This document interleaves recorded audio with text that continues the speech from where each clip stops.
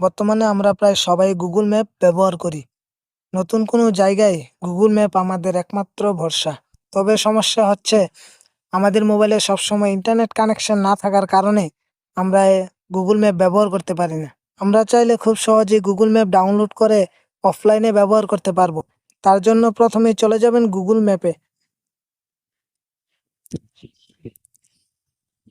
Google ম্যাপে যাওয়ার পর প্রোফাইল আইকনে একটা ক্লিক করবেন।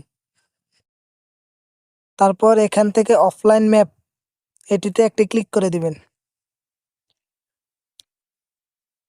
তারপর এখান থেকে সিলেক্ট ইউর ওন ম্যাপ এটিতে একটা ক্লিক করে দিবেন। তারপর এখান থেকে আমাদের যে এরিয়াটুকু প্রয়োজন আমরা সেই এরিয়াটুকু সিলেক্ট করে দিব। তারপর এখান থেকে ডাউনলোডে ক্লিক করে দিব। তারপর ডাউনলোড নাও অপশনে ক্লিক করব।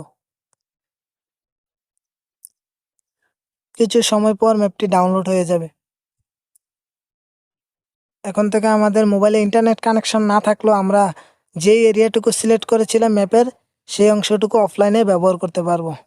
এরকম ইন্টারেস্টিং ভিডিও পেতে ইউটিউব চ্যানেলটি সাবস্ক্রাইব করবেন এবং ফেসবুক পেজটি ফলো করবেন। দেখা হচ্ছে নতুন কোনো ভিডিওতে।